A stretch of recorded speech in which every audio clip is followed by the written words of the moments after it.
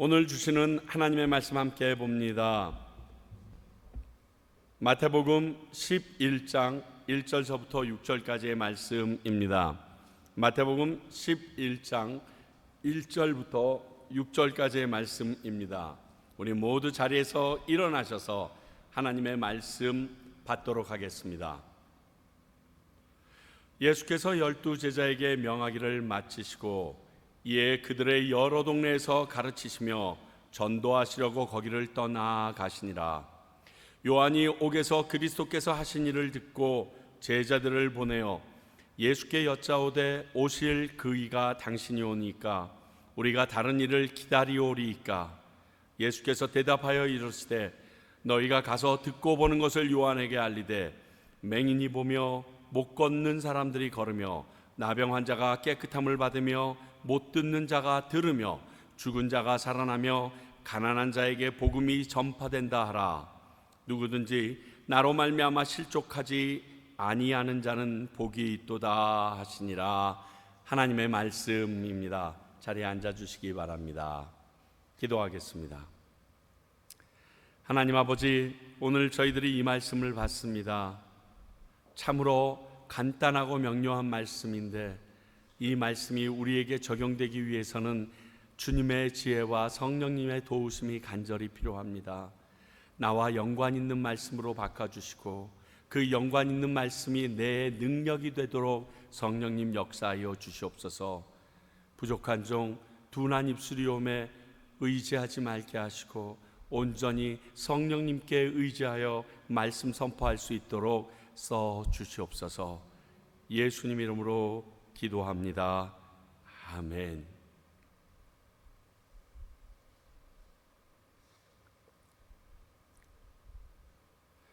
오늘 말씀은 예수님께서 제자들을 사도 곧 전도자로 이 땅 가운데 흩어 보내시면서 하셨던 말씀을 마치시고 드디어 이제 여러 동네로 들어가셔서 예수님께서 직접 사역하시는 부분이 1절을 통하여 알려주고 있습니다.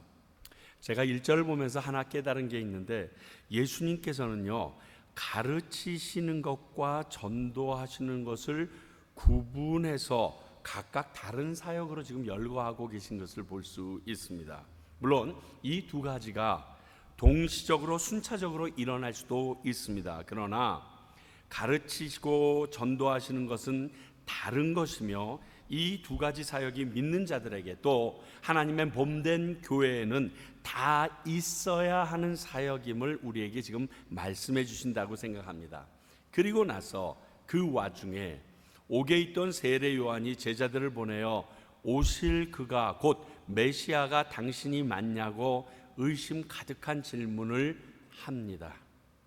이 질문에 예수님은 지금 일어나는 일을 전하라고 이사야의 말씀이 이루어지는 것을 알려주신 후 자신으로 인하여 실족하지 않는 자는 복되다는 다소 아리송한 말씀을 마치시고 계십니다. 물론 이 뒤에 다음 주에 살펴보겠지만 계속되는 말씀은 이 세례 요한이 얼마나 위대한 자이며 하나님의 준비된 고귀한 자인 것을 말씀하고 계십니다. 그런데 어찌 세례 요한처럼 영적인 거두가 오늘과 같은 실족을 할 수가 있었을까요? 그 과정과 이유를 좀 묵상해보고 어찌하면 예수님으로 인하여 우리도 실족하는 자리에 있지 않을까를 생각해 보려고 합니다.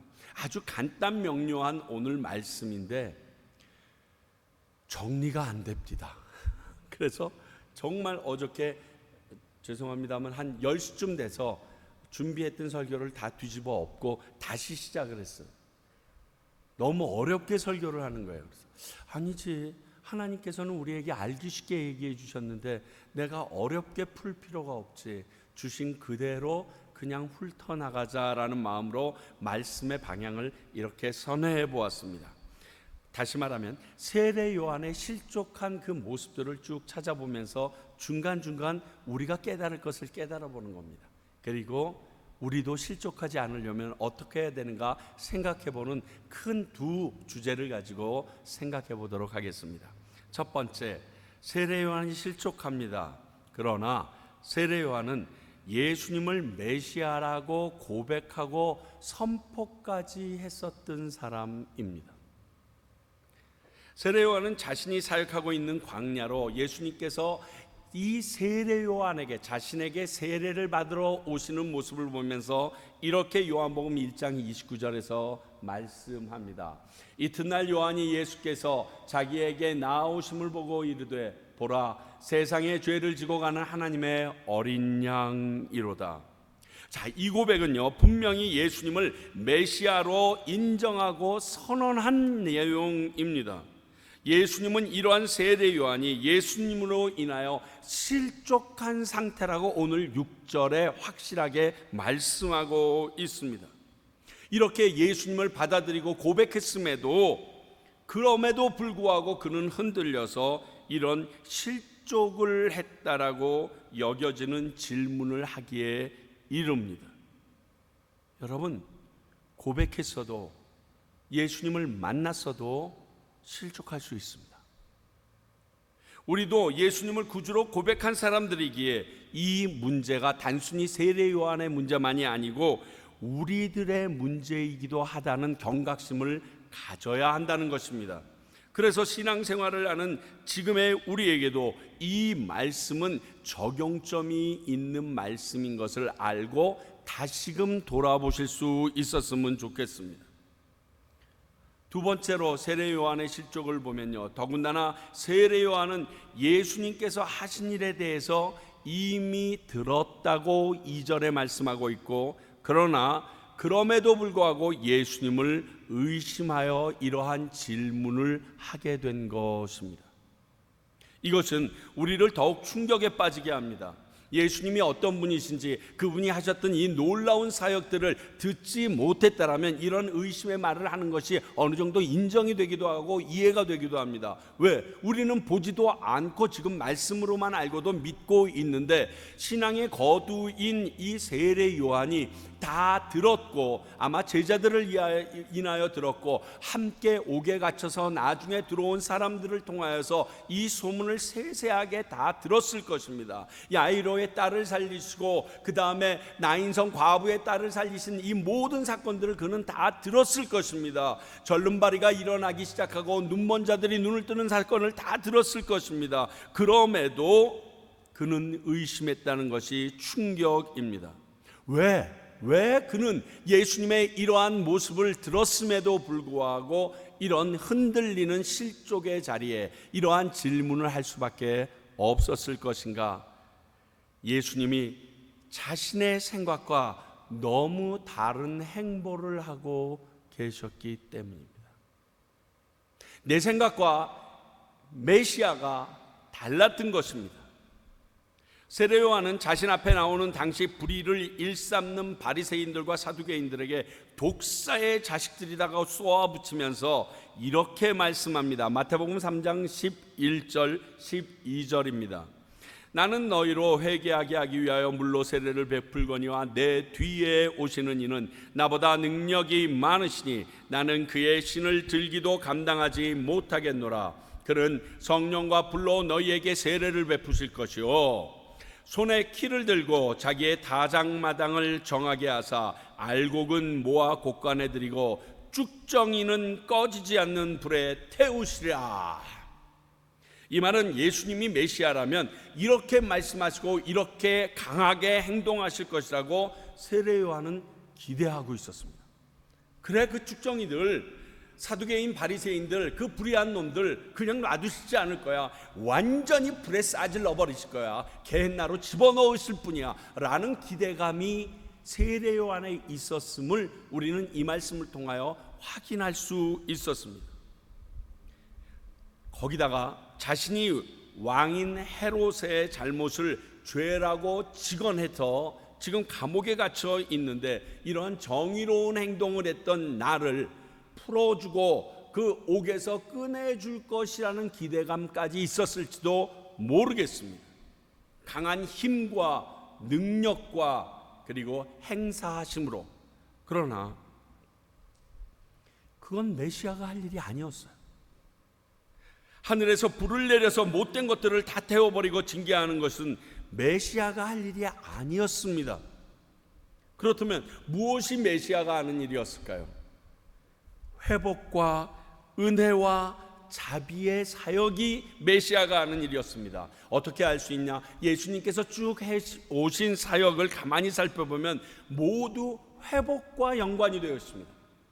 병자가 고침을 받고 죄인이 용서함을 받고 죽은 자가 살아나고 가난한 자에게 복음이 전파되고 자신의 기대감이 하나님의 뜻을 따라가는 예수님보다 더 강했기 때문에 그는 실족한 것입니다.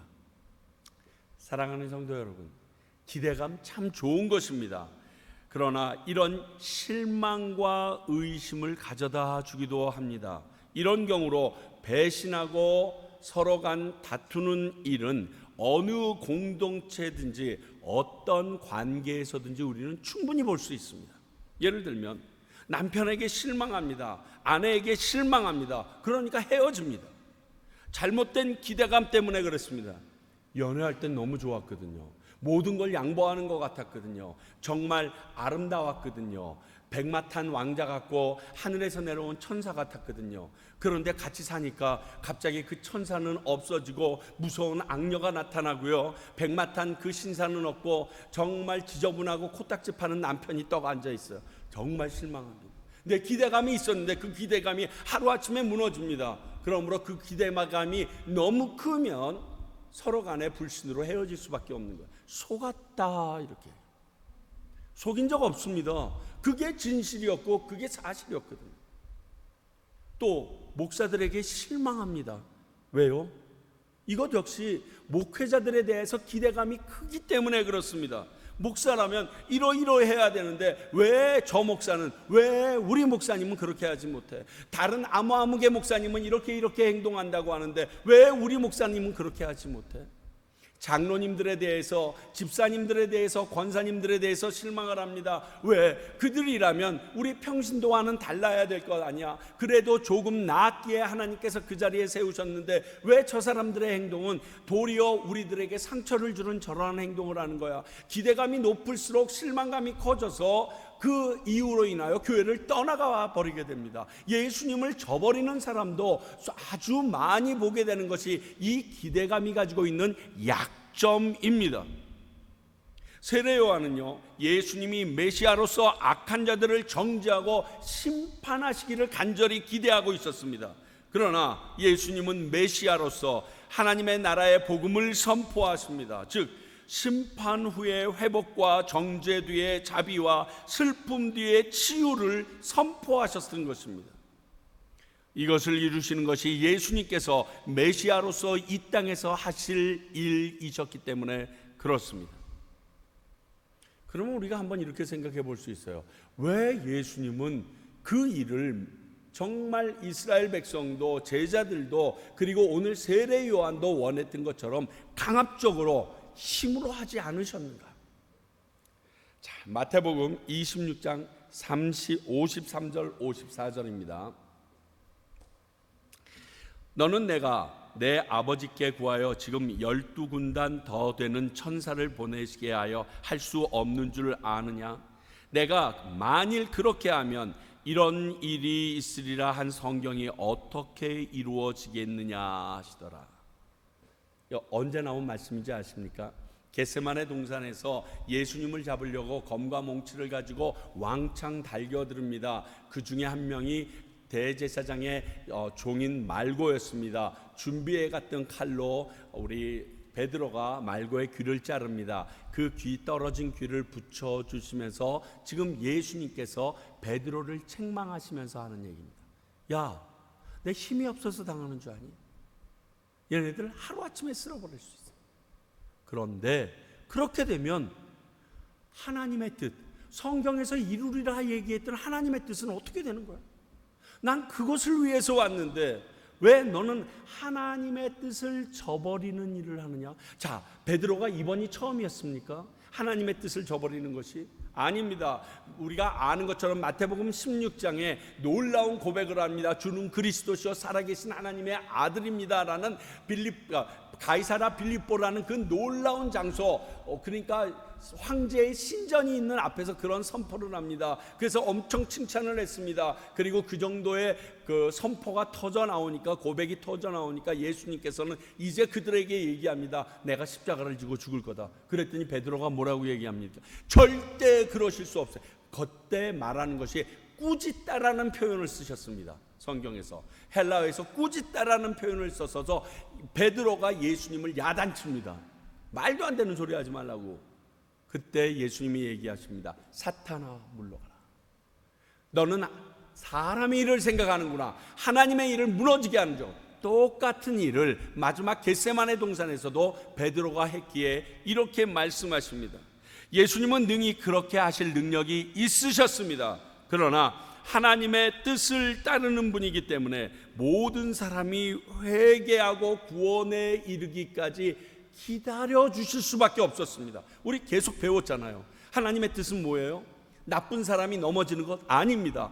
그들이 회개하고 하나님께로 돌아와 구원받는 것이 하나님의 뜻입니다. 그것을 이루기 위하여 지금 당장 그 일을 하실 수 없었습니다. 왜?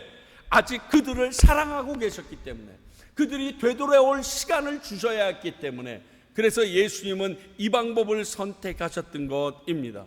그래서 그분이 선택하신 것은 오직 복음만이 이 땅을 정결케 하고 회복시킬 수 있다라고 생각하셔서 제자들에게 마태복음 10장 전장을 통해서 너희들이 복음을 전할 때 어떻게 해야 되는지 심혈을 기울여서 강의를 마치시고 지금 이 앞에 서 계신 상태이셨습니다. 그런데 세례 요한은 자기 기대감과 다르게, 자기가 생각한 메시아관과 틀리기에 이러한 실족하는 질문을 합니다. 예수님께서는요, 이런 세례 요한에게 선지자의 말씀으로 온전한 길이 일어나고 있다는 것을 확인시켜 주십니다. 그게 5절 말씀입니다.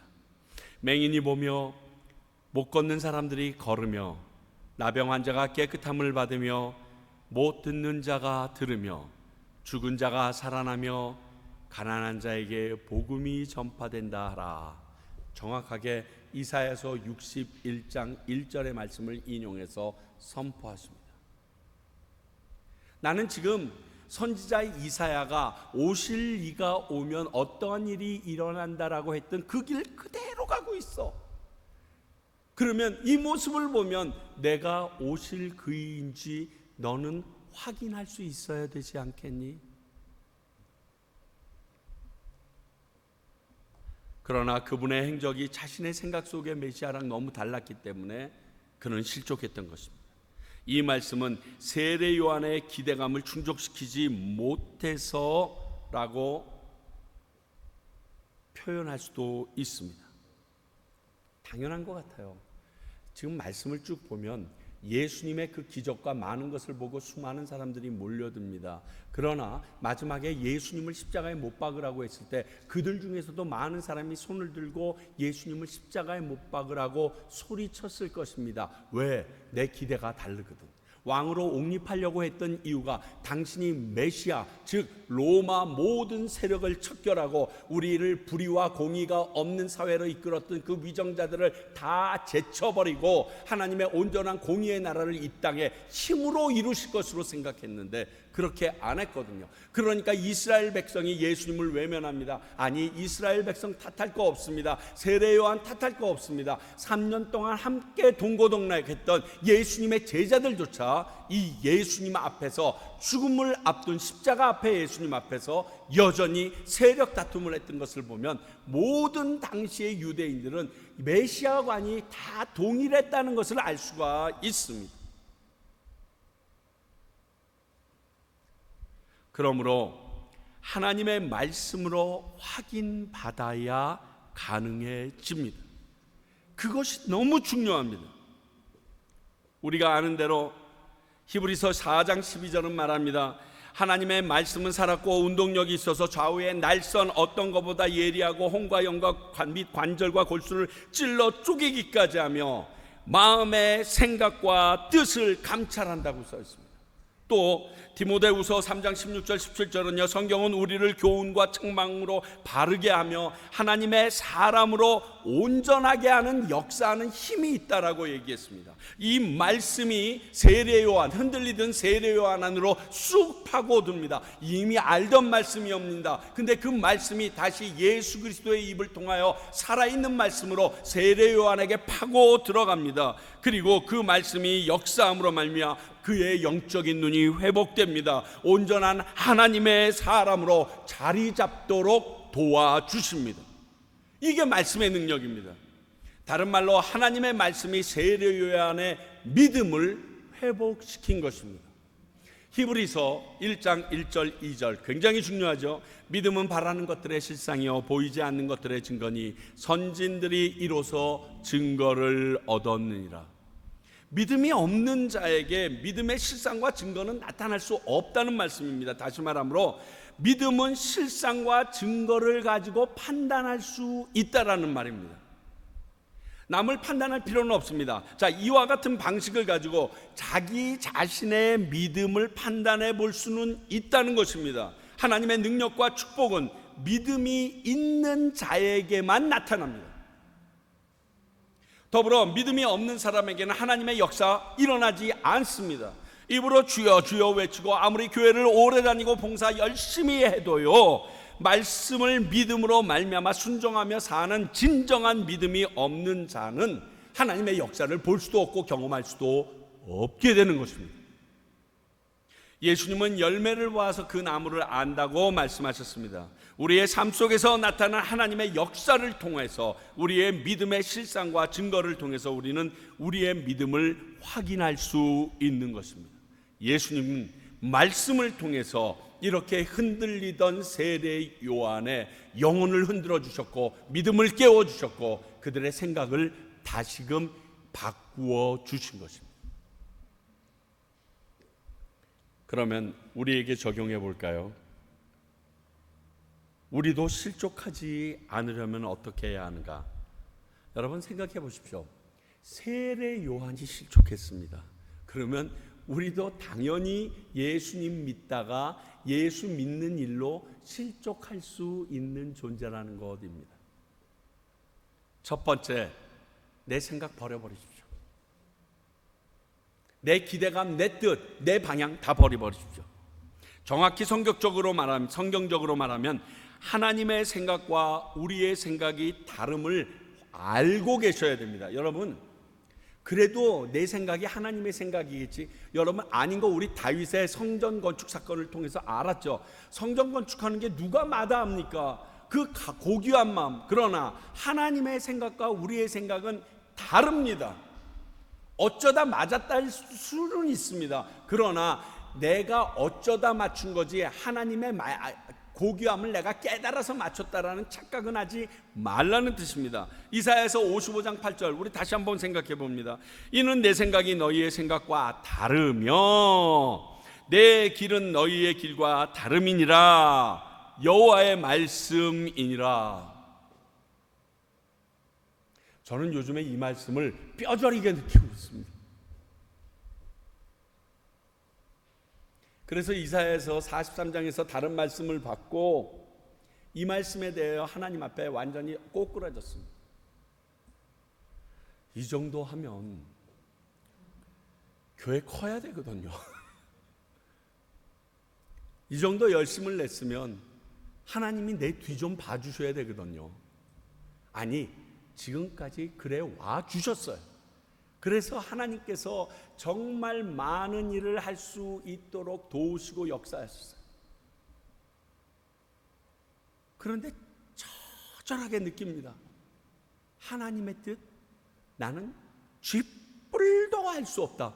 여러분, 쥐뿔이라는 건 존재하지 않는다는 뜻 알죠? 그러니까 아무것도 모르는 거예요. 우리는 하나님의 뜻을 알 수가 없어요. 그분의 경륜을 알 수가 없어요. 왜? 달라요. 세례 요한이 하나님이신 예수님을 알 수가 없어요. 아무리 성경을 많이 읽었어도 예수님께서 성령을 통하여 그들에게 깨닫게 해주지 않으면 알 수가 없었던 것이에요. 우리의 계획이나 생각들을 하나님의 말씀보다 아까워하면 안 됩니다. 내가 이렇게까지 했는데, 하나님 당신을 위해서 이렇게 했는데, 하나님이 아니라면 버려버려야 돼요. 누구 말처럼? 배설물처럼, 사도 바울 말처럼 버려버려야 됩니다.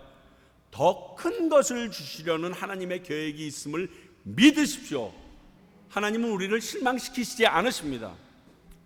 역대하 11장을 보게 되면 솔로몬의 아들 르호보암이 나옵니다.